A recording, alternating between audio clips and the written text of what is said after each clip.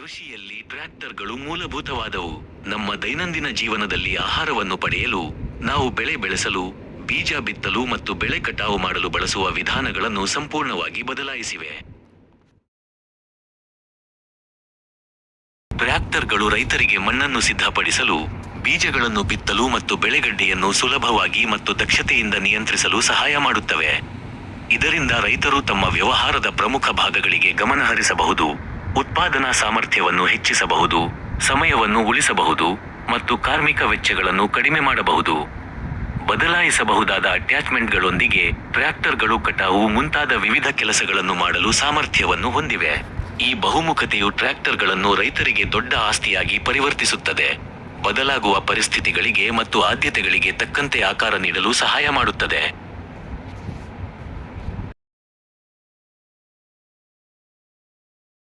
ಟ್ರ್ಯಾಕ್ಟರ್ಗಳು ಕಠಿಣ ಭೂಮಿಯನ್ನು, ಹವಾಮಾನ ಸವಾಲುಗಳನ್ನು ಪರಿಹರಿಸಬಹುದು, ಕೃಷಿಯನ್ನು ಅಡೆತಡೆಯಿಲ್ಲದೆ ಮುಂದುವರಿಯುವಂತೆ ಖಚಿತಪಡಿಸುತ್ತವೆ.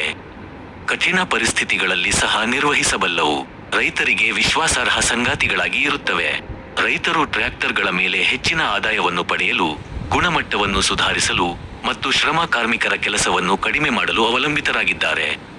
ಅವರು ನಮ್ಮ ಆಹಾರವನ್ನು ಊಟದ ಮೇಜಿಗೆ ತಲುಪಿಸಲು ದುಡಿಯುವ ಕೃಷಿಯ ಗುಮಾಸ್ತ ಹೀರೋಗಳಂತೆ ಕೆಲಸ ಮಾಡುತ್ತಾರೆ.